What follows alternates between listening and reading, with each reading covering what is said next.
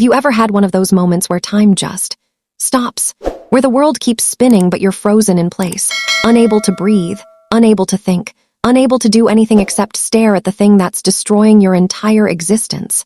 That's where my story begins. Not with a bang, not with some dramatic confrontation or suspicion that had been building for months. No, it started with a forgotten iPad and a notification that changed everything. My name is Claire, and I'm about to tell you how my perfect marriage turned into a perfect nightmare. Let me paint you a picture of my life before everything fell apart. I'm 32 years old, a freelance graphic designer working from home. I live in a nice 3-bedroom house in the suburbs with my husband, Derek. We have a garden I'm moderately proud of, a mortgage we're slowly chipping away at, and neighbors who wave at us when we're getting the mail. We're that couple. The normal couple. The boring couple, if I'm being honest. And I was completely fine with that. Derek is, or was, or I don't even know what tense to use anymore, a regional sales manager for a tech company. 34 years old, decent looking in that average way where he's not going to stop traffic, but he's not hard to look at either. Brown hair that's starting to thin just a little at the crown, which he's sensitive about. Blue eyes. A smile that used to make my stomach flip when we first started dating. Now it just made me feel comfortable. Safe.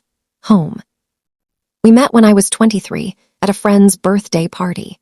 One of those awful themed parties where everyone had to dress up like it was the 1980s. He was wearing a ridiculous neon windbreaker and had somehow acquired the most absurd mullet wig I'd ever seen. I was in leg warmers and too much blue eyeshadow. We spent the entire night laughing at how stupid we looked, and by the end of the evening, we'd exchanged numbers. Our first date was at this tiny Italian restaurant that's not even there anymore. He was so nervous he knocked over his water glass twice. I thought it was adorable. We talked for 4 hours straight, closing down the restaurant, and I remember thinking, this is it. This is the person I'm supposed to be with. We dated for 2 years before he proposed. It wasn't anything fancy. We were hiking, something we used to do every weekend back then, and we reached this overlook with a view of the entire valley. He got down on one knee right there on the trail, pulled out a ring, and asked me to marry him. I said yes before he even finished the question. Our wedding was small and perfect, just family and close friends in his parents' backyard. My mom cried through the entire ceremony. His dad gave a speech that was equal parts embarrassing and touching. We danced to Can't Help Falling in Love because we're predictable like that. We couldn't afford a fancy honeymoon, so we drove down the coast and stayed in cheap motels and ate at diners, and it was perfect. That was 8 years ago. 8 years of building a life together. Of inside jokes and shared routines. Of knowing how he takes his coffee and which side of the bed he prefers. Of supporting each other through job changes and family drama and the regular ups and downs of life. Sure, we'd been in a bit of a rut lately. What couple married for 8 years isn't? We'd fallen into patterns. Wake up, kiss goodbye, work, dinner, TV, bed, repeat. We weren't talking as much as we used to. Not about real things anyway, just logistics. Grocery lists and bill payments and whose turn it was to call the plumber about the leak under the kitchen sink. But I thought that was normal. I thought that's what happened when you've been with someone for a long time. The butterflies fade. The passion becomes comfortable. You become partners instead of lovers. I thought we were fine. I was so wrong. It was a Tuesday morning, and I need you to understand just how ordinary it was. That's what makes it worse somehow. The day your life falls apart should feel significant, shouldn't it? There should be ominous music or dark clouds or some kind of sign from the universe that everything's about to change. But no, it was sunny. Absolutely gorgeous outside. One of those perfect spring mornings where the temperature is just right and there's a light breeze and you can hear birds singing. Our neighbor, Mr. Peterson, was mowing his lawn at 7 in the morning like he does every Tuesday, without fail, driving everyone on the block quietly insane with the noise. Derek had left for work at his usual time, 6:30 on the dot. He'd kissed my forehead while I was still in bed, half asleep. I'd mumbled something incoherent. He'd whispered, "Love you, babe," like he did every single morning. The last normal moment we'd ever have. I got up around 7:30, shuffled into the kitchen in my pajamas, hair a complete mess, and started the coffee maker. The expensive one Derek bought me for Christmas 2 years ago because I'd mentioned once, just once, that I liked good coffee. That's the kind of husband he was. Thoughtful, attentive, or so I believed. While the coffee brewed, I scrolled through my phone, checked my email, looked at Instagram, watched a video of a dog that someone had taught to say, "I love you." Normal morning stuff. The coffee finished and I poured myself a large mug, added cream and sugar, and took that first sip. You know, that first sip of morning coffee, when it's exactly the right temperature and you haven't fully woken up yet and everything still feels possible. I had that moment. That perfect, peaceful, ignorant moment. I walked into the living room, planning to settle on the couch and maybe get some work done. I had a logo design due by the end of the week for a new client, and I was actually excited about it. Good money, creative freedom, exactly the kind of project I loved. That's when I saw it. Derek's iPad sitting on the kitchen counter where he'd left it in his rush to get out the door that morning. Now Derek never forgot his iPad. He was meticulous about his work stuff. He had this whole routine. Phone, wallet, keys, iPad, messenger bag. He'd pat his pockets and check off each item before walking out the door like some kind of pre-flight checklist. But that morning, he'd been running late. He'd woken up late because his alarm hadn't gone off, something about his phone dying in the night, and he'd been rushing around in a panic. I remember hearing him curse under his breath as he searched for his keys. Remember him practically running out the door, his shirt not even fully tucked in. I thought it was kind of funny at the time. Derek was always so put together, so organized. Seeing him flustered was unusual. I picked up the iPad, thinking I'd text him to let him know it was safe at home. Maybe he needed it for a presentation. I knew he had a big client meeting that afternoon. Something he'd been preparing for all week. I was being a good wife, a thoughtful partner, taking care of him. The screen lit up as I picked it up, and that's when I saw it.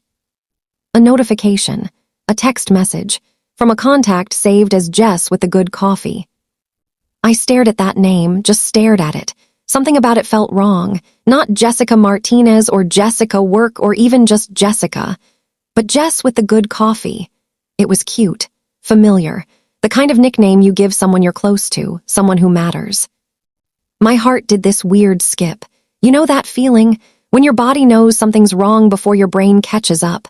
My stomach dropped. My hands started to tingle. I told myself I was being ridiculous. It was probably nothing, just a coworker. Derek had mentioned a Jessica at work a few times. Actually, now that I thought about it, he'd mentioned her more than a few times. It had started maybe 5 or 6 months ago. Jessica brought these amazing pastries to the morning meeting. Jessica had a great idea for the Miller account. Jessica is so funny, she had the whole team cracking up today. At the time, I'd thought nothing of it. I was glad he was enjoying work, glad he had good coworkers. I'd even said something like, "She sounds nice because I'm a secure, trusting wife." Was a secure, trusting wife. The message preview on the notification read, "Last night was amazing. Can't stop thinking about you. When can I see you again?"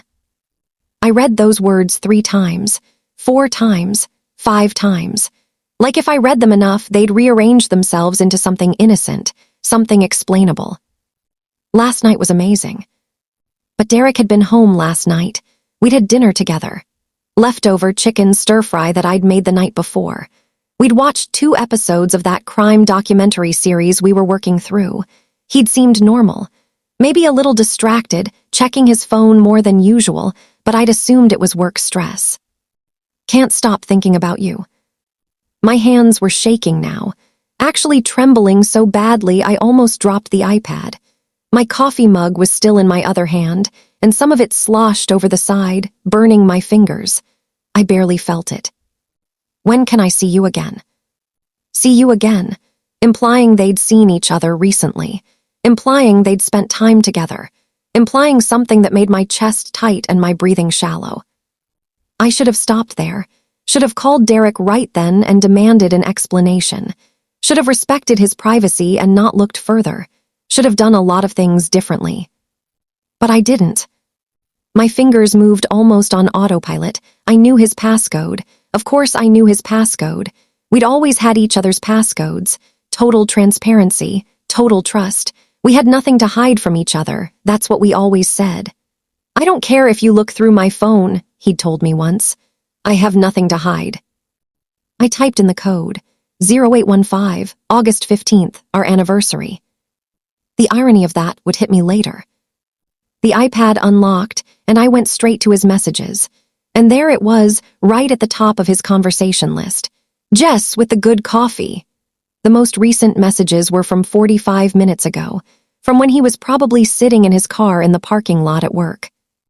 I clicked on the conversation, and my entire world exploded. The first thing I saw was a photo. Her, Jessica. I'd never seen a picture of her before, never thought to ask, never had a reason to. She was pretty. Younger than me, maybe late 20s. Long dark hair, big brown eyes, perfect smile. She was taking a mirror selfie in what looked like a bathroom, wearing a tight black dress that showed off her figure. The message attached to it, sent last night at 10:47 p.m. Wore this today thinking of you. Did you like it? Face blowing a kiss. His response, sent at 10:52 p.m. You looked incredible. Took everything in me not to kiss you right there in the parking lot. I felt bile rise in my throat. Last night at 10:47, I was in bed, probably already asleep. He'd stayed up late, said he wanted to finish the documentary episode. I'd kissed him goodnight and left him on the couch with his phone. With her.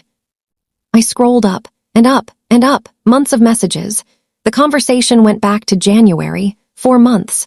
4 entire months of daily messages, multiple times a day, good morning texts, good night texts, messages during lunch, messages during work hours, messages while he was sitting next to me on the couch. I started reading, and I couldn't stop. January 15th. Her, thanks for the coffee recommendation. You were right, that place is amazing. Him, told you, glad you liked it, we should go together sometime. Her, I'd like that smiling face with smiling eyes. Innocent enough, friendly, I probably wouldn't have thought twice about this if I'd seen it then. January 22nd. Her, lunch was so fun today. I haven't laughed that hard in forever. Him, same here, you're easy to talk to. We should do it again soon. Her, definitely, tomorrow. Him, it's a date. Well, not a date. You know what I mean, lol. Her, face with tears of joy, I know what you mean. The laugh out loud, the emoji, still friendly, still borderline appropriate, but there was something there. A flirtation, a spark. February 3rd. Him, good morning, hope you have a great day. Her, good morning to you too. You just made my day better, smiling face with smiling eyes. Good morning texts. He was sending her good morning texts. The same kind he used to send me when we were first dating, before we lived together, before good morning became routine. February 14th, Valentine's Day. Him, happy Valentine's Day. Hope someone special is treating you right today. Her, no someone special, unfortunately, flying solo this V-Day. You. Him, doing the married guy thing. Dinner reservation, flowers, the works. Her, she's lucky to have you. Him, sometimes I wonder about that. I stared at that message. Sometimes I wonder about that. On Valentine's Day. The same day he'd taken me to that nice steakhouse downtown. The same day he'd given me roses and a card that said, "To my beautiful wife, my forever Valentine." The same night we'd come home and made love, and he'd told me he couldn't imagine his life without me. He was texting another woman that he wondered if I was lucky to have him. My vision blurred with tears, but I kept reading. February 20th. Her, I can't stop thinking about our conversation yesterday. You really get me, you know. Him, I feel the same way. It's nice to talk to someone who actually listens. Her, does she not listen? Him, it's complicated. We're in a rut, I think, just going through the motions. Her, I'm sorry. You deserve better than that. Him, thanks for saying that. Talking to you has been the bright spot in my days lately. Smash that like button right now. Subscribe to this channel and drop a comment telling me where you're watching from. He was talking about me. About our marriage. To her. Telling her we were in a rut. Telling her I didn't listen. complaining about our relationship to another woman instead of talking to me about it. March 1st. The messages were getting longer, more frequent, more personal. Her, I had a dream about you last night. Him, oh yeah, do I want to know, smirking face. Her, probably not appropriate to share lol, but it was nice. Him, now I'm definitely curious. You can't just leave me hanging like that. Her, let's just say my subconscious has a crush on you. Him, just your subconscious. Her, maybe not just my subconscious. Him, I need to be careful here, but I'd be lying if I said I didn't feel something too. Her, so what do we do about it? Him, I don't know, I shouldn't feel this way, I'm married. Her, I know, I'm sorry, I shouldn't have said anything. Him, don't be sorry. I'm glad you did. I've been feeling crazy, thinking I was imagining this connection between us. Her, you're not imagining it, it's real. I feel it every time we're together. Him, this is dangerous. Her, I know, but I can't help it. Him, me neither. I sat there on the kitchen floor. I don't remember sitting down, but suddenly I was on the cold tile, my back against the cabinet, the iPad in my lap, tears streaming down my face. This was an affair, an emotional affair at minimum. They had feelings for each other. They'd admitted it to each other. And he'd kept seeing her, kept texting her, kept developing this relationship. March 10th. Him, I haven't been able to focus all day. All I can think about is yesterday. Her, me too, being in your car with you just talking. It felt so right. Him, it did too right, that scares me. Her, we didn't do anything wrong, we just talked. Him, it feels like more than just talking. Her, because it is more, you know it is. Him, I can't do this, I'm married, I made vows. Her, I know, I'm sorry, I'll back off. Him, no don't, I don't want you to, that's the problem. Her, so what do we do? Him, I don't know, I just know I don't want to stop talking to you. Her, then don't. We can just be friends, friends who talk, that's not wrong. Him, friends don't make me feel the way you make me feel. Her, how do I make you feel? Him, alive, like myself again, like I matter. Her, you do matter so much. I was sobbing now, full-on crying, the kind where you can't catch your breath and your whole body shakes. He was telling her she made him feel alive, like he didn't feel that way with me. Like our 8 years together had killed something in him and she'd brought it back to life. March 18th. Her, last night was incredible. Him, I know, I can't believe we talked until 2 a.m. Her, I can't believe you stayed in your car in my apartment parking lot for 3 hours. Him, time disappears when I'm with you. Her, I wanted to kiss you so badly when you were looking at me like that. Him, I wanted to kiss you too, so badly it hurt. Her, why didn't you? Him, because if I start, I won't be able to stop, and then I really am crossing a line I can't uncross. Her, maybe some lines are meant to be crossed. Him, don't tempt me. I'm barely holding on to my self-control as it is. Her, would it be so wrong? We have something special, you can't deny that. Him, no, I can't deny it, but I'm married. Her, are you happy? Him, I thought I was, now I don't know what I am. March 18th. I checked my calendar on my phone with shaking hands. That was a Friday. I'd gone to bed early that night because I had a headache. He'd said he was going to run to the store to get me medicine. He'd been gone for over 3 hours. When he came back, he said the pharmacy had a long line and then he'd gotten gas and grabbed some food. I'd believed him. I'd thanked him for taking care of me. I'd taken the medicine he brought and gone to sleep while he stayed up watching TV. He'd been with her, sitting in her apartment parking lot, wanting to kiss her, barely holding on to his self-control. April 2nd. Her, good morning, handsome face blowing a kiss. Him, good morning, beautiful, wish I was waking up next to you. Her, someday maybe. Him, don't say things like that. It makes me want impossible things. Her, why is it impossible? Him, you know why. Her, people leave marriages that aren't working. It happens every day. Him, is that what you want? For me to leave her? Her, I want you to be happy. If that's with her, then okay. But if it's not, if you're staying just because you're supposed to, then what's the point? Him, it's not that simple. Her, it could be. Him, I need time to figure this out. Her, take all the time you need. I'm not going anywhere. She wanted him to leave me. She was actively encouraging him to end our marriage, and he wasn't shutting it down. He wasn't telling her that he loved me, that he was committed to me, that this had to stop. He was saying he needed time to figure it out. Like our marriage was something to figure out. Like 8 years together was just a problem to solve. Like I was an obstacle between him and his happiness. April 15th. The photos started getting more personal, more intimate. Her in a low-cut top, thinking of you face blowing a kiss. Him shirtless at the gym. Working out helps me not think about you. Spoiler alert, it's not working. Her, you look amazing. Wish I could be there. Him, wish you could be everywhere I am. April 20th. Him, I think I'm falling for you. Her, you think. Him, no, I know I'm falling for you, Jess, hard. Her, I've already fallen. I'm in love with you. Him, this is so messed up.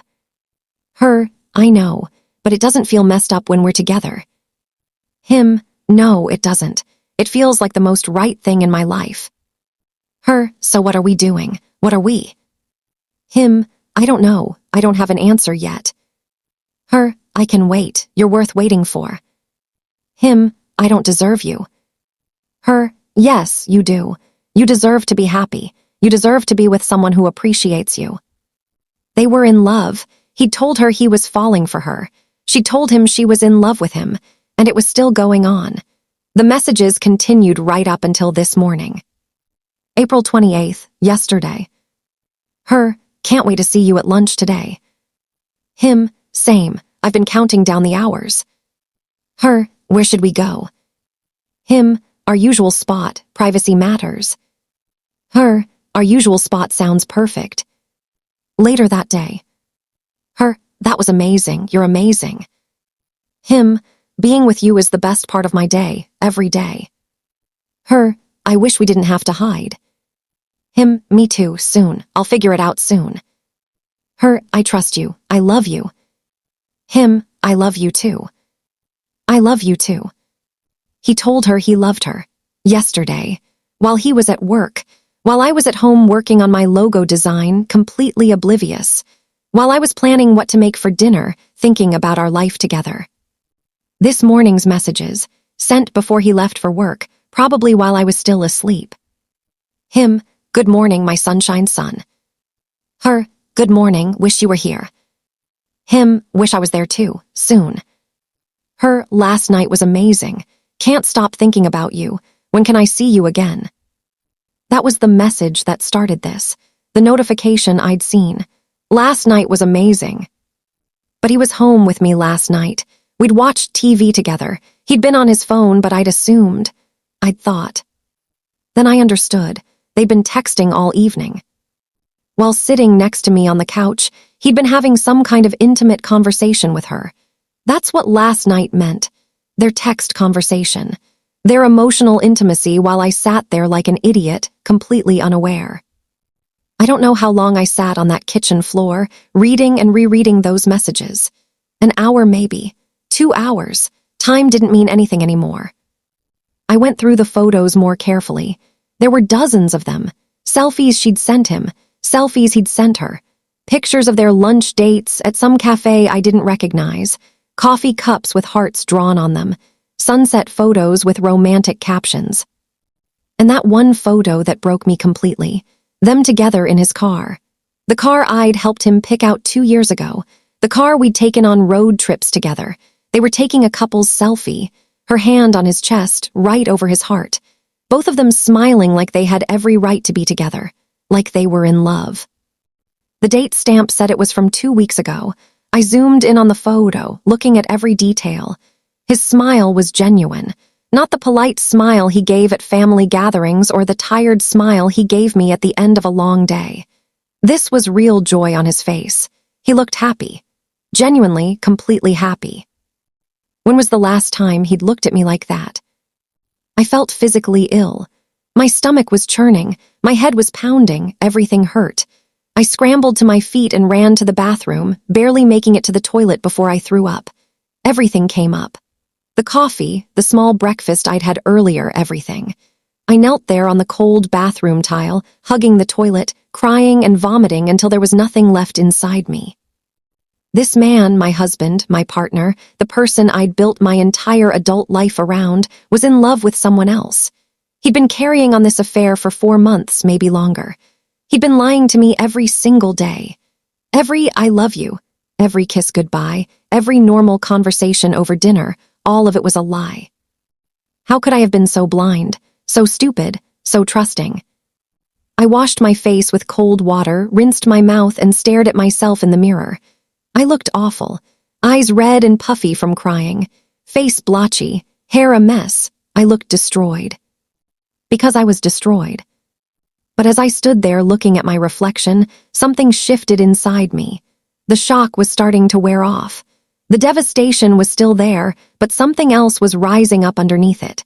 Something cold and sharp and focused. Anger. Pure, crystallized rage. I went back to the living room, picked up that iPad, and started taking screenshots. Methodically, calmly, every message, every photo, every "I love you" and "I miss you" and "I wish I could be with you."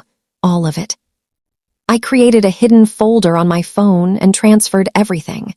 Hundreds of screenshots, months of evidence, proof of exactly what my husband had been doing behind my back.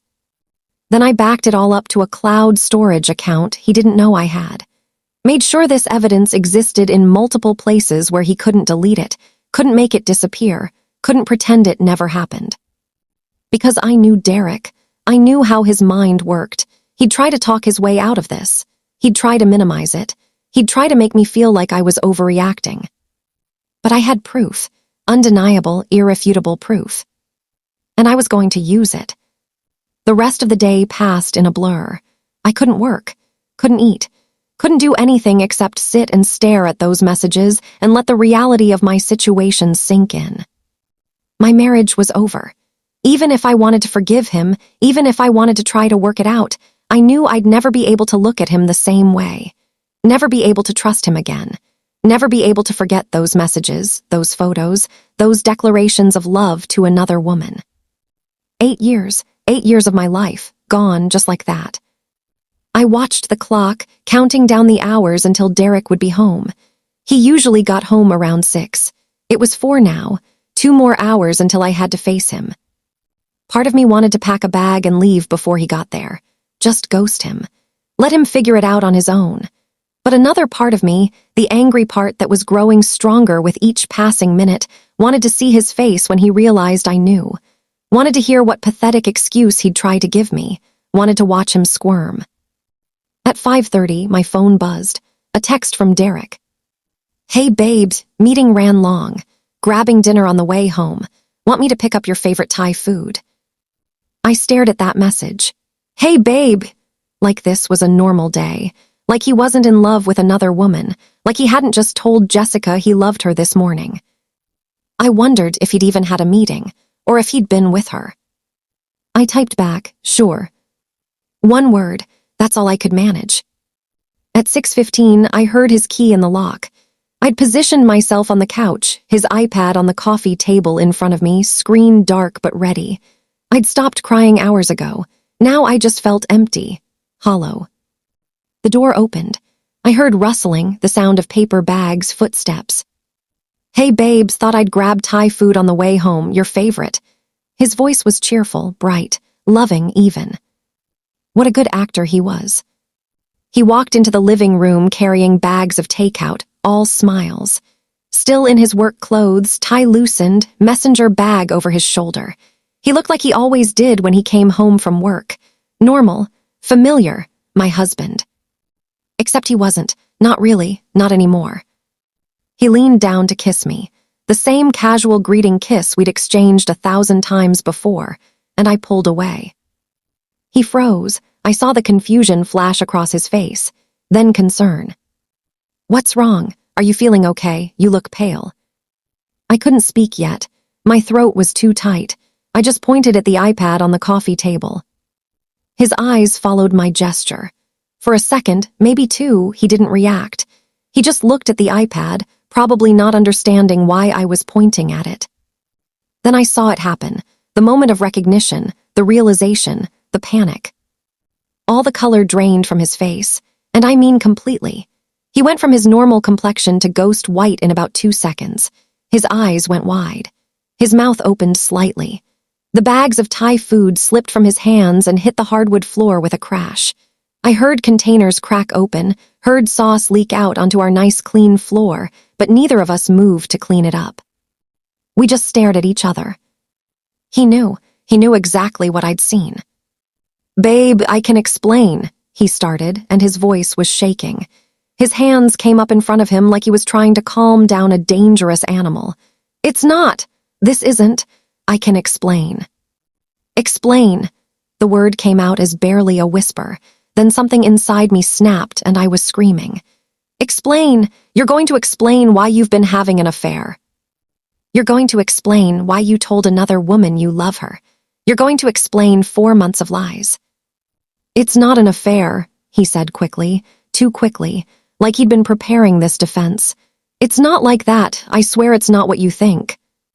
I stood up from the couch. He actually took a step backward. "Then what is it like, Derek?" My voice was eerily calm now, cold. "Because from where I'm sitting, from what I spent all day reading, it looks exactly like you've been cheating on me. It looks like you've been having a full-blown emotional affair with your coworker. It looks like you're in love with someone else." No, I love you. You're my wife." He was shaking his head frantically. "Then why?" My voice broke on that word. "Why did you tell her you love her? Why did you say you wished you could wake up next to her? Why did you spend 3 hours in her apartment parking lot wanting to kiss her while I was home alone thinking you were getting me medicine for my headache?" His face somehow got even whiter. "You read all of it." "Every single message." I picked up the iPad. 4 months, Derek. 4 months of good morning texts and I love yous and planning a future together. 4 months of lunch dates and late-night conversations and taking couple photos in your car. 4 months of you complaining about our marriage to her. 4 months of you lying to my face every single day. I never meant for it to happen." He ran his hands through his hair, making it stick up in every direction. It just developed. We started talking and it felt good and one thing led to another and you made a choice." I was screaming again. "Every single day for 4 months, you made a choice. You chose to text her good morning instead of saying it to me. You chose to tell her about your day instead of sharing it with me. You chose to give her pieces of yourself that belonged to me." "You're right, you're completely right. I made terrible choices, but it's not a real affair." He was grasping at straws now, I could see it. "We never slept together, we never even kissed, we never crossed that line." "That line," I laughed, and it sounded bitter and harsh even to my own ears. "You think the only line that matters is physical. You told her you're in love with her. You told her you wished you could wake up next to her. You told her she makes you feel alive in a way you haven't felt in years. You think that's not crossing a line." "It's just texting," he said desperately. "Just words. We're just friends who got too close. Yes, I developed feelings, but I never acted on them. I never touched her. It's not the same as a real affair." Just texting. There it was. The excuse he'd clearly been preparing in case this day ever came. "Just texting," I repeated slowly. "You think this is just texting. You think emotional intimacy doesn't count. You think falling in love with someone else doesn't count as long as you don't sleep with them." "I didn't say it doesn't count. I just mean it's not as bad as..." "Not as bad." I threw the iPad onto the couch. "You're seriously standing there telling me this isn't as bad as a physical affair. You're seriously trying to minimize this right now." "I'm trying to make you understand that I didn't actually cheat on you. Not really." "Oh my God." I pressed my hands to my head. "You actually believe that. You actually think that because you didn't have sex with her, you didn't cheat on me. We never even kissed. You told her you love her. Just words. Words matter." I was screaming so loud my throat hurt. Words are how you build intimacy. Words are how you connect with someone. You gave her everything that matters, everything that's real, and you think it doesn't count because you didn't put your dick in her. He flinched at my language. Good. Do you love her? I asked, forcing my voice back to calm. Tell me the truth. Are you in love with Jessica? He hesitated, just for a moment, just a brief pause before answering. But that pause told me everything. He struggled with the words. I have feelings for her, but they're not real, it's fantasy. It's not based on real life like what we have. So that's a yes. It's complicated. It's really not. I was screaming again, couldn't help it. Either you love her or you don't, and clearly you do because you've been telling her so for weeks. You've been building a relationship with her. You've been planning a future with her. I wasn't planning a future, we were just talking. She asked you to leave me. She asked you to end our marriage. And you didn't say no. You said you needed time to figure it out. What exactly were you trying to figure out, Derek? Whether you'd rather be with her or me? He couldn't answer. Just stood there, mouth opening and closing like a fish out of water. Get out, I said. What? Get out of this house, right now. I can't stand to look at you. Babe, please, let's talk about this. Let's sit down and really talk. We can work through this. I know we can. He took a step toward me, reaching out, and I backed away like he was poison. Don't touch me. Don't come near me. Please just listen. It was a mistake. A huge, terrible mistake. But it's not too late. We can fix this. I'll end it with Jessica completely. I'll block her number. I'll change jobs if I have to. I'll do anything. Just please don't give up on us. You gave up on us? My voice cracked. You gave up on us 4 months ago when you started texting her. You gave up on us every time you chose to talk to her instead of me. You gave up on us when you fell in love with her. I'm not giving up. I'm fighting for us right now. I love you. You don't love me. You don't do this to someone you love. I do love you. There were tears running down his face now. I love you so much. You're my wife. You're my life. I got confused. I made mistakes. But my life is with you, not her. Only because you got caught, I said quietly, and I saw truth hit him. If I hadn't found those messages, you'd still be doing it right now. You'd still be telling her you love her. You'd still be trying to figure out whether to leave me for her. That's not true. It is true. You would never have confessed. You would never have ended it on your own. You only care now because you got caught and you're facing consequences. He opened his mouth to argue, then closed it, because we both knew I was right. Get out, I said again. Go stay with your brother, go stay in a hotel. Go stay with Jessica for all I care. Just get away from me. This is my house too. I don't care. Get out or I'm calling the police and telling them I don't feel safe with you here. You don't feel safe. Are you serious right now? I've never hurt you. I would never hurt you. You've been hurting me for 4 months. You just didn't have to watch me bleed. Now get out. He stood there for a long moment, breathing hard, tears on his face, looking like his world was ending. Good, now he knew how I felt. Okay, he finally said. Okay, I'll go, but can we please talk tomorrow when we've both calmed down? I don't want to talk to you. Please, just, please. I'm staying at my brother's. Call me when you're ready, please. He grabbed his messenger bag, left the Thai food leaking all over the floor and walked to the door. He paused there, his hand on the doorknob. I love you, he said without turning around. I know I've fucked up in the worst way possible. I know you hate me right now, but I love you, that's the truth. Then he left. I heard the door close, heard his car start in the driveway, heard him drive away. Then I was alone. I stood there in the middle of the living room, surrounded by leaking Thai food containers, and I started laughing. Actual hysterical laughter that turned into crying. I sank down onto the floor right there, not even caring about the mess, and I sobbed. 8 years of my life with this man. 8 years of loving him, trusting him, building a future with him, and he'd thrown it away for just texting. My phone started buzzing in my pocket. I pulled it out and saw his name on the screen. I didn't answer. It went to voicemail. He called again immediately. Again. Again. Then the text started. I'm so sorry. Please talk to me. I love you. I know I don't deserve it, but please give me a chance to make this right. It's over with Jessica. Completely over. I'll never speak to her again. You're my wife, my world, my everything. I'm staying at Mike's. Call me, please. I love you so much. Message after message, call after call. I counted 17 calls that first night, 43 text messages, all variations of the same thing. I'm sorry, I love you, it was just texting. I'll never do it again. Please forgive me. But nowhere in any of those messages did he actually take full responsibility. Nowhere did he say I had an affair. It was all minimizing language. Mistakes were made. I got too close to a friend. I developed inappropriate feelings.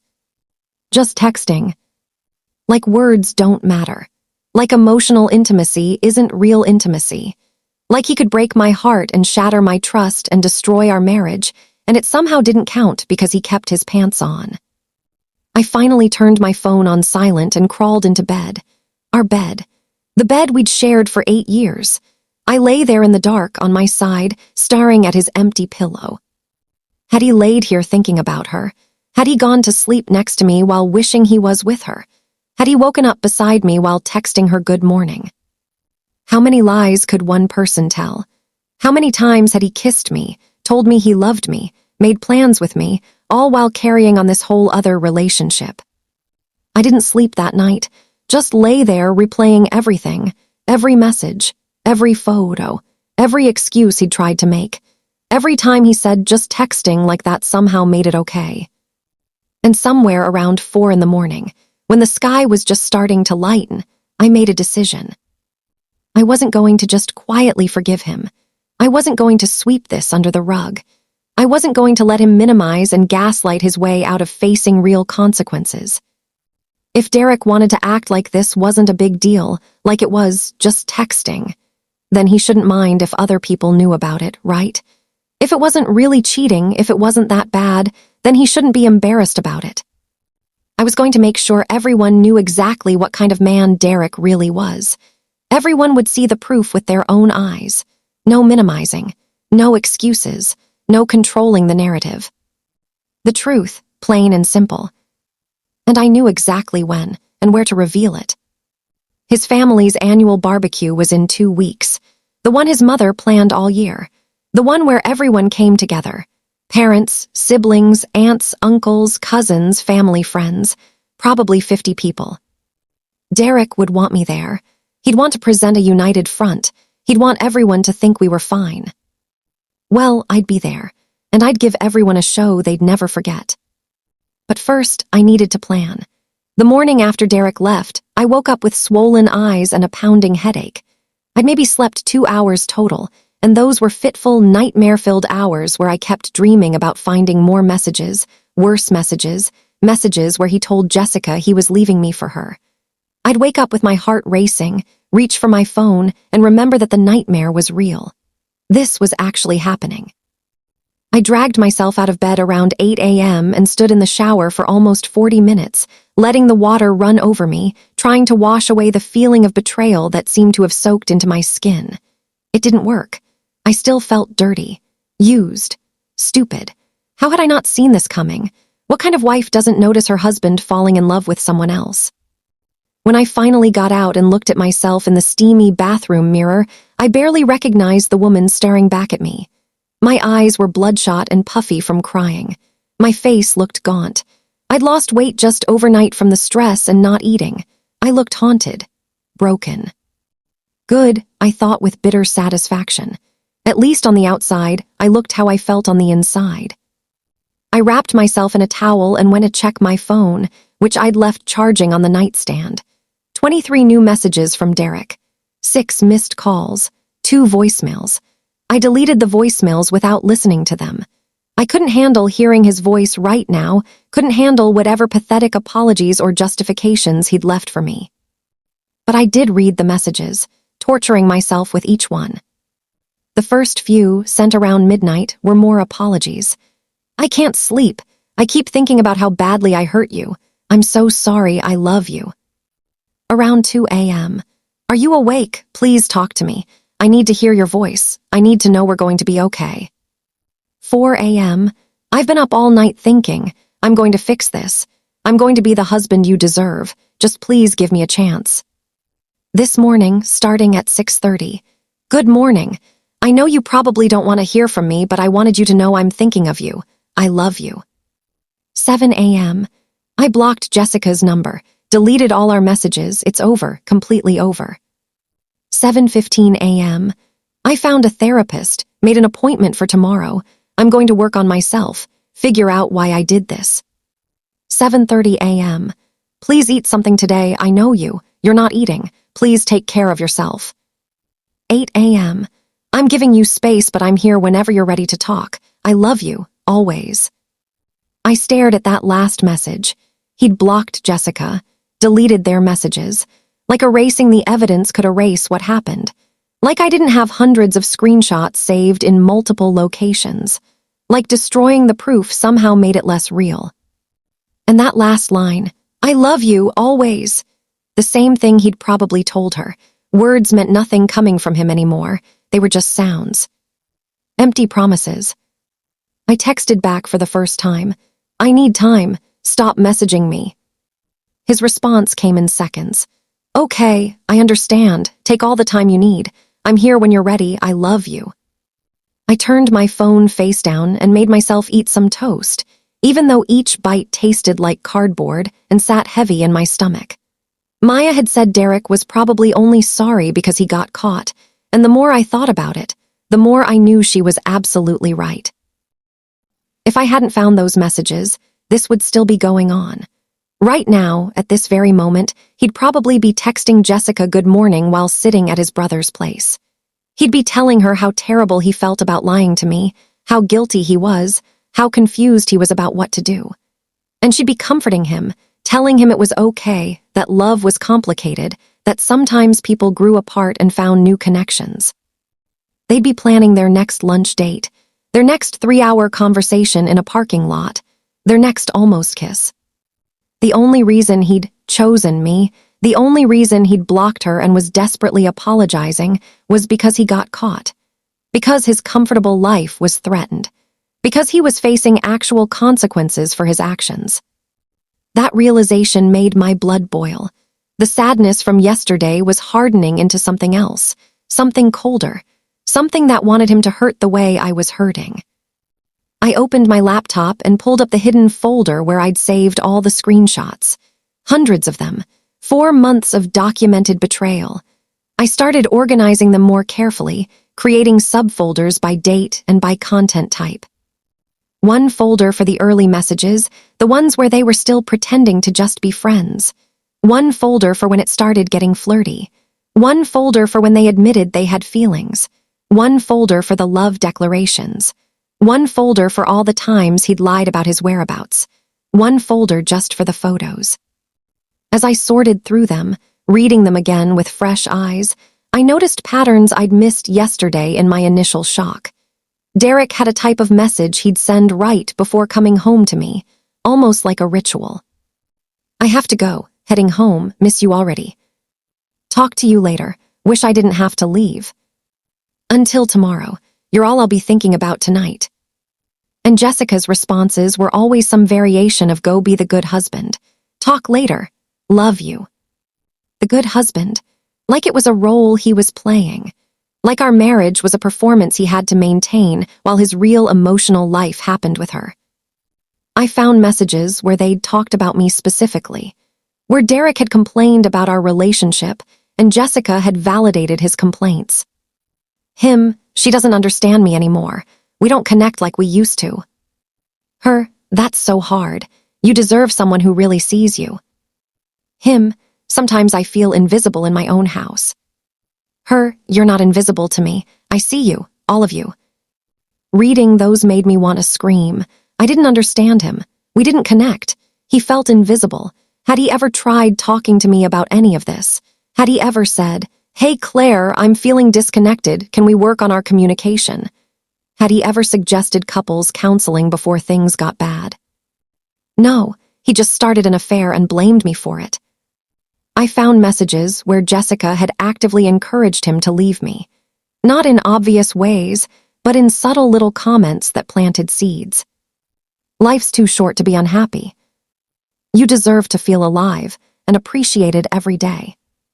Some people are just meant to be together, even if the timing isn't perfect. Sometimes the universe brings people into our lives for a reason. And Derek had eaten it up, agreed with her, told her she was right, told her she made him feel understood in a way he hadn't felt in years. I wanted to hate her, this Jessica woman I'd never met. But the truth was, Derek was the one who'd made vows to me. Derek was the one who'd promised to forsake all others. Derek was the one who'd chosen to start this affair and maintain it for 4 months. Jessica was just the other woman. Derek was my husband. He was the one who owed me loyalty. I spent the entire morning organizing evidence, and by noon I had a clear picture of the entire affair from start to present. I had documentation of every escalation, every lie, every boundary crossed. It was comprehensive, damning, irrefutable. Around 1 p.m., Maya called. "How are you holding up?" she asked. I laughed, a sound with no humor in it. "I'm planning revenge, so better than yesterday." "Good, anger is better than sadness. What are you thinking?"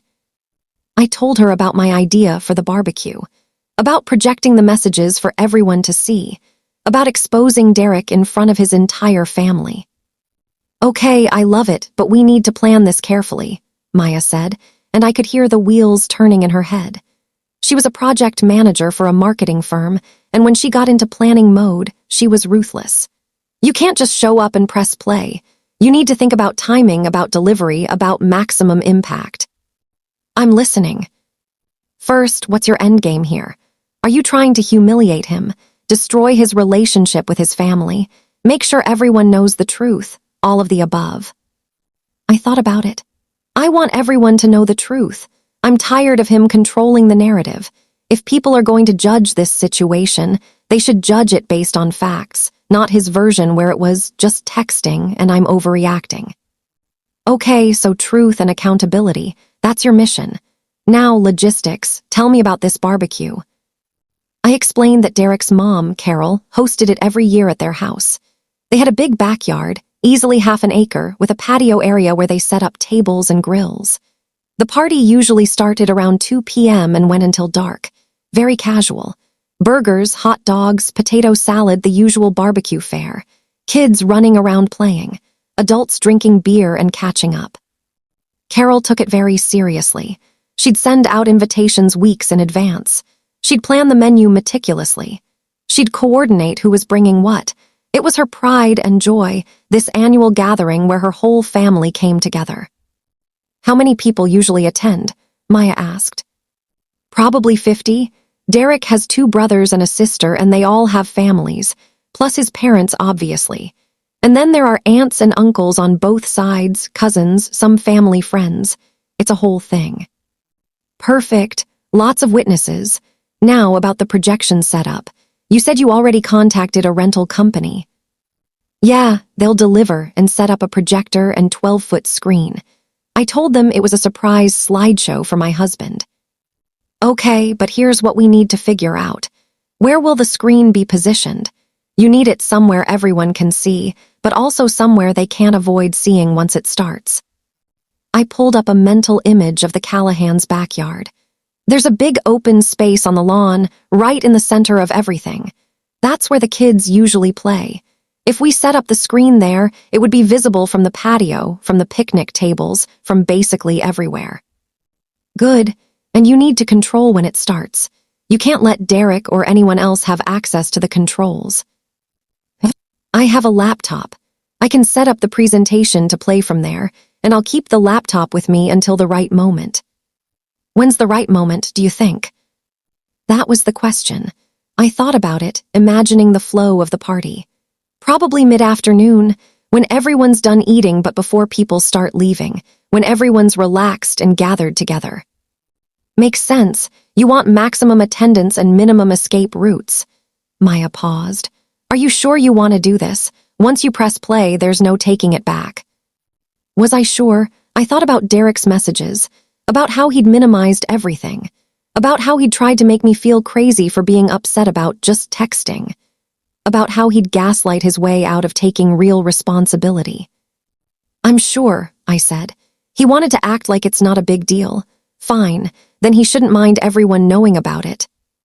I love it when you're ruthless. Okay, I'm helping you plan this.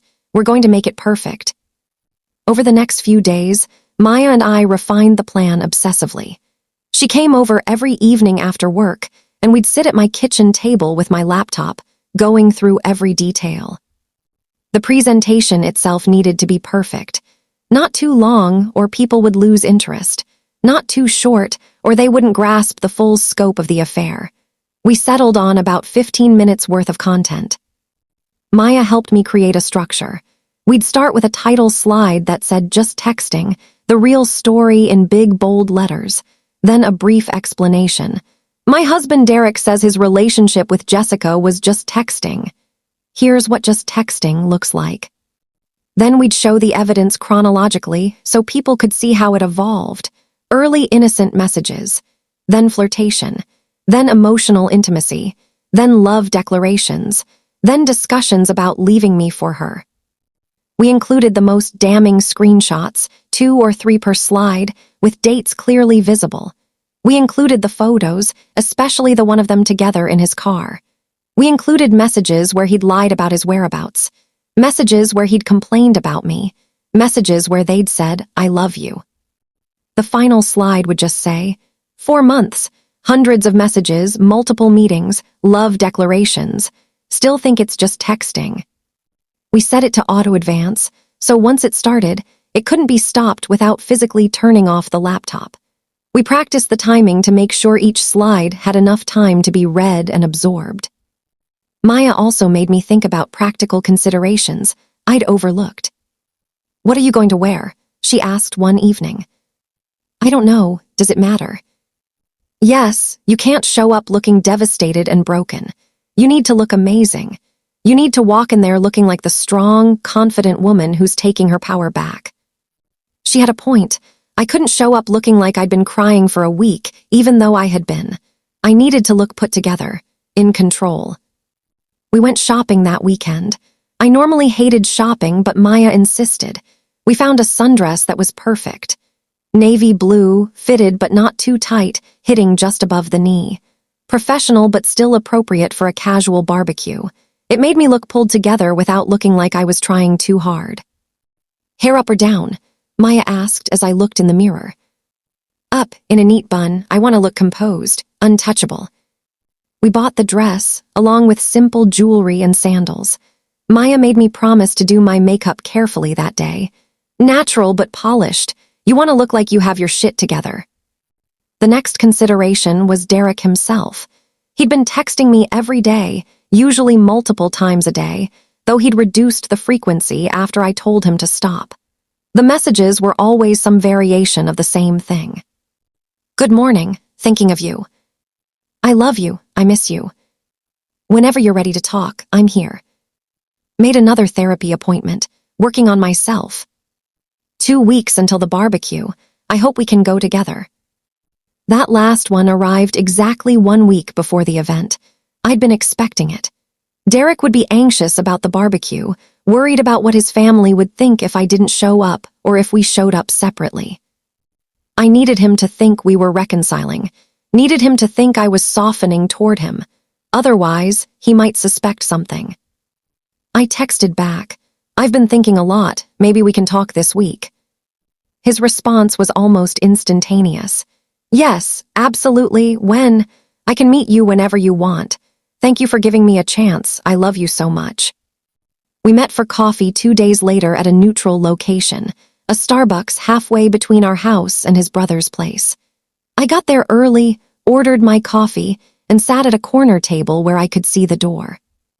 When Derek walked in, I was shocked by how terrible he looked.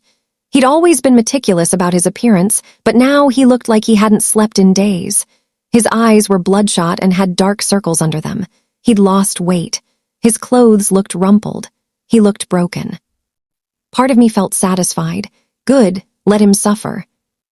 But another part of me, the part that had loved this man for 8 years, felt a pang of sadness. This was really happening. Our marriage was really over.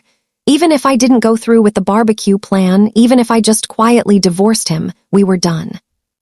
He sat down across from me, and for a long moment, we just looked at each other. "Hi," he said finally, his voice hoarse. "Hi. Thank you for agreeing to meet me. I wasn't sure you would." I said I needed time to think. "I've been thinking." He leaned forward eagerly. And I don't know, Derek. I'm still so angry, so hurt. I can't just forget 4 months of you lying to me. I know, and I don't expect you to forget. I just want a chance to make it right, to prove to you that I'm serious about fixing this." "How?" I asked. "How do you fix this? How do you make me trust you again?" "I don't know," he admitted, "but I want to try. I've been going to therapy, trying to understand why I did this, why I was so stupid and selfish and—" He trailed off, tears welling in his eyes. I'd never seen Derek cry before, not in 8 years of marriage. Not at our wedding, not when his grandfather died, not ever. "I've blocked Jessica," he continued. "Completely cut off all contact. I actually transferred to a different team at work so I won't even see her in the office. I'm doing everything I can to show you that I'm serious." "You only did those things because you got caught," I said quietly. "If I hadn't found those messages, you'd still be talking to her right now." He couldn't deny it. "You're right, and I hate that you're right. I hate that I wasn't strong enough to end it on my own, but I'm ending it now. For real, she's gone, out of my life completely." I took a sip of my coffee. Studying him, he looked sincere, desperate even, but I couldn't trust my own judgment anymore. I'd thought our marriage was fine and I'd been completely wrong. How could I trust myself to read him accurately now? "The barbecue is this weekend," I said, changing the subject.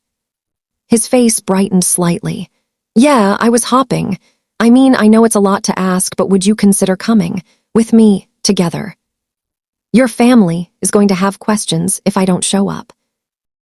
"They will," he admitted. "But I'll tell them whatever you want me to tell them. If you don't want to come, I'll say you're not feeling well or you have a work deadline or whatever you want." I pretended to consider it. What would we tell them if I do come? The truth, that we're working through some things, that I made mistakes and we're in counseling. We don't have to give details. Working through some things. Mistakes. Such sanitized language for "I fell in love with another woman and carried on an affair for 4 months. "I'll go," I said finally. The relief on his face was palpable. "Really?" "Yeah, but we're not going together. I'll drive myself. And we're not pretending everything's fine. If someone asks, I'll tell them we're separated and trying to figure things out." Okay, that's fair, thank you. Thank you for coming." We talked for another hour. He told me more about his therapy, about how the therapist was helping him understand his patterns of avoidance and poor communication. He apologized approximately 8,000 times. He told me he loved me approximately 8,001 times. I played my part. I stayed cool but not hostile, hurt but not hysterical. I let him think I was considering reconciliation, that I was softening. When we left, he tried to hug me. I let him, even though it made my skin crawl. I needed him unsuspecting. "I love you," he said into my hair. "I'm going to spend the rest of my life making this up to you." "We'll see," I said noncommittally. I drove home feeling oddly calm. The plan was in motion. In 4 more days, everyone would know the truth. That evening, Maya came over for a final planning session. "How'd it go?" she asked. "Perfect. He has no idea. He thinks I'm considering reconciliation." "Good.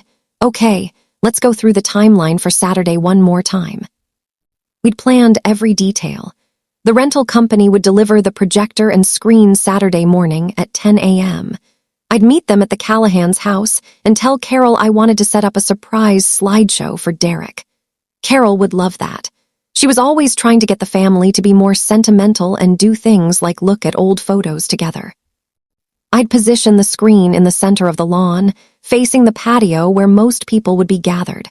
I'd set up the projector and test it to make sure everything worked. Then I'd cover the screen with a sheet or tarp, like I was keeping the surprise hidden. The party would start at 2. I'd arrive around 2:30, after most people had gotten there. I'd socialize normally, play the part of the wife who was trying to work things out with her husband. Around 4 p.m., when everyone was gathered and relaxed, I'd make my move. I'd ask for everyone's attention, say I had a special presentation to share. Carol would be thrilled. Derek might be confused but would go along with it, probably thinking I'd put together something sentimental about our marriage. Then I'd remove the covering from the screen, start the presentation, and watch his world burn. Maya and I went through every possible complication. What if it rained? We'd move the screen under the covered patio area. What if the technology failed? We'd have a backup laptop and backup copies of the presentation on USB drives. What if Derek tried to stop it? Maya would be there as my backup, ready to physically block him if necessary. "I'm coming to this thing," Maya announced. "You need support, and you need someone to run interference if Derek loses his mind." "You weren't invited." "So, I'm your best friend. You can bring a +1. Besides, I wouldn't miss this for anything." I smiled, genuinely grateful. "Okay, thank you." "Are you nervous?" she asked. "Terrified," I admitted. Not about exposing him, he deserves that, but about the aftermath. His family has been my family for 8 years. His mom calls me her daughter. What if they all hate me for this? "Then they weren't really your family," Maya said firmly. "Real family doesn't expect you to quietly accept betrayal. Real family doesn't ask you to protect the person who hurt you." She was right. If the Callahans sided with Derek after seeing the evidence, after knowing the full truth of what he'd done, then they'd never really been on my side anyway. The next few days crawled by. I barely slept. I kept imagining different scenarios, different ways it could go wrong, different reactions people might have. I also kept imagining Derek's face when he realized what was happening. The moment of confusion, then recognition, then panic, then horror. I should have felt guilty, should have felt like maybe I was going too far, but I didn't. Every time I questioned myself, I'd pull up those screenshots and read them again. Read about how he'd fallen in love with another woman, how he'd wanted to wake up next to her, how he'd told her she made him feel alive. No, he'd earned this. He'd humiliated me in private for 4 months. Now it was his turn to be humiliated publicly. Derek texted me Thursday night, "Looking forward to Saturday.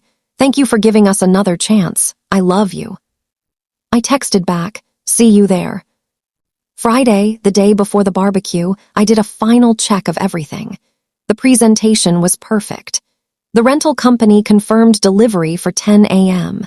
Maya confirmed she'd pick me up at 1:30 so we could arrive together. My outfit was ready. I'd even written down exactly what I was going to say when I introduced the presentation. That night I lay in bed staring at the ceiling, my heart pounding. Tomorrow everything would change. Tomorrow Derek's family would know the truth. Tomorrow there would be no going back. My phone buzzed, another message from Derek. "Good night, sweet dreams, see you tomorrow, I love you." I turned my phone face down and closed my eyes. Sweet dreams, right. I didn't sleep at all that night. Just lay there, watching the hours tick by, waiting for morning. Tomorrow was going to be unforgettable. Saturday morning arrived with perfect weather.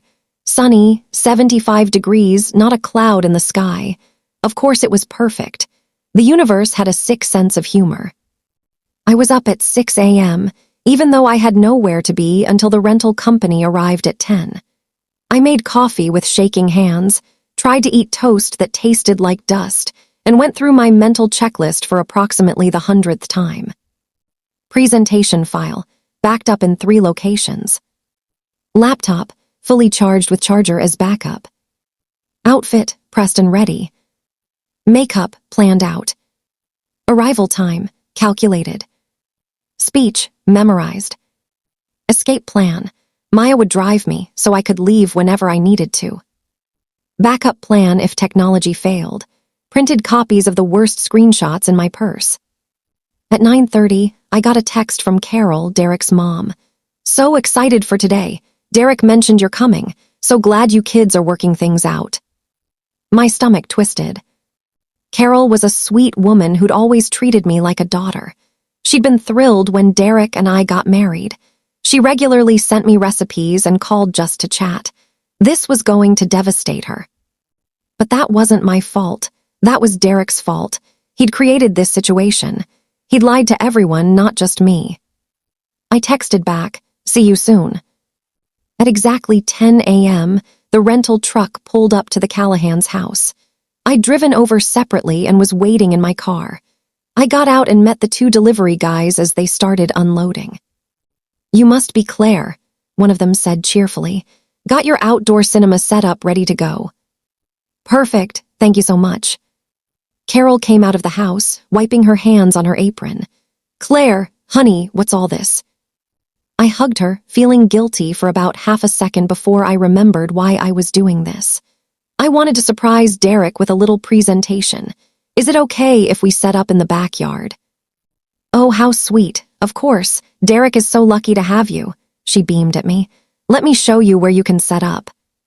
The delivery guys followed us to the backyard, carrying the massive screen and projector. I directed them to set up right in the center of the lawn, the screen facing the patio. "Perfect placement," one of the guys said. "Everyone will have a great view from anywhere in the yard." "That's the idea," I said with a smile that didn't reach my eyes. They set everything up, showed me how to operate the projector, and left.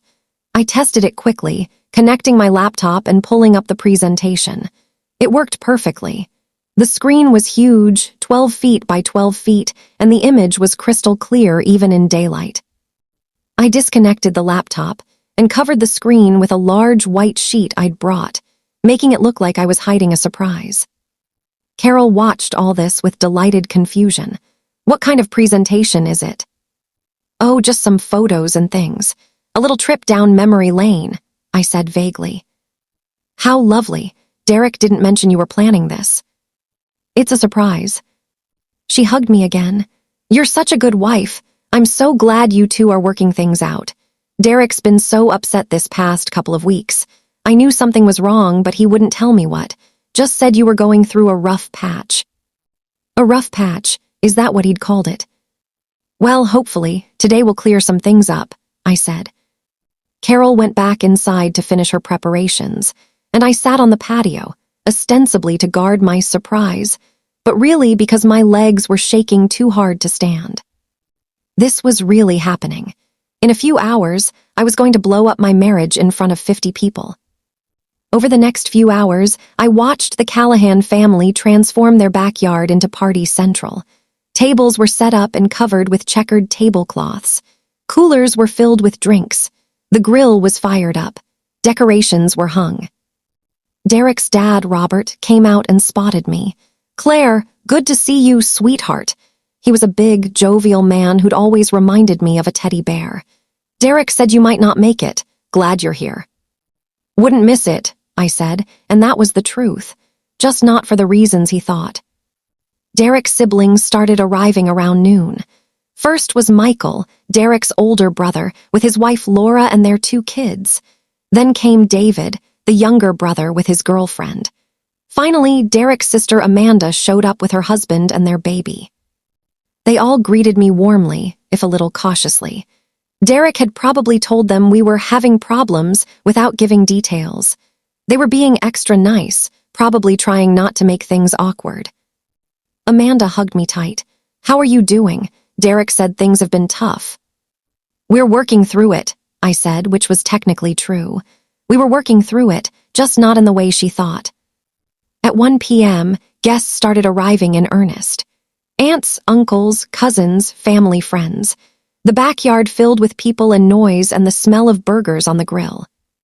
At 1:30, Maya arrived.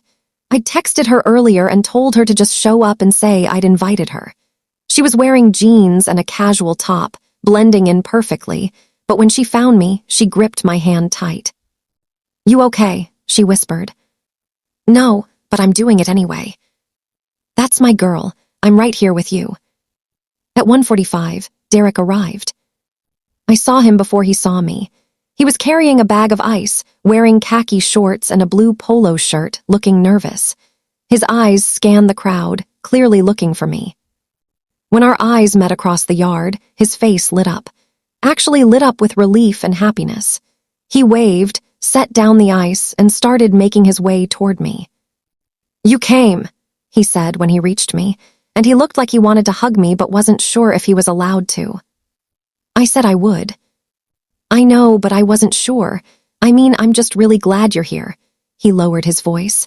"Have you thought any more about us, about trying again?" "We can talk about it later," I said. "Let's just enjoy the party." He nodded eagerly. "Okay, yeah, later, I love you." I didn't say it back. For the next 2 hours, I played my part. I socialized. I laughed at jokes. I helped Carol bring out food. I made small talk with aunts I hadn't seen in months. I played with my nieces and nephews. I looked like a woman who belonged here, who was part of this family. All the while, my stomach was churning. The covered screen sat in the middle of the lawn like a ticking bomb. Several people asked what it was for, and I just smiled mysteriously and said, "You'll see." Derek stayed close to me the whole time, like he was afraid I'd disappear if he let me out of his sight. He kept touching me, little touches, a hand on my back, fingers brushing my arm, like he was testing how much contact I'd allow. It made my skin crawl, but I didn't pull away. I needed him unsuspecting. At 3:30, I checked in with Maya. Almost time. "You sure you want to do this?" she asked quietly. I looked around the backyard. At Carol, who was fussing over the dessert table. At Robert, who was manning the grill and telling loud stories. At Derek's siblings and their families. At Derek himself, who was laughing with his brother about something. All these people who thought they knew him, who thought he was a good man, a faithful husband, an honest person. They deserved to know the truth. "I'm sure," I said. At 4 p.m., I walked to the center of the patio and cleared my throat. "Can I have everyone's attention, please?" It took a minute for the noise to die down, but eventually, everyone turned to look at me.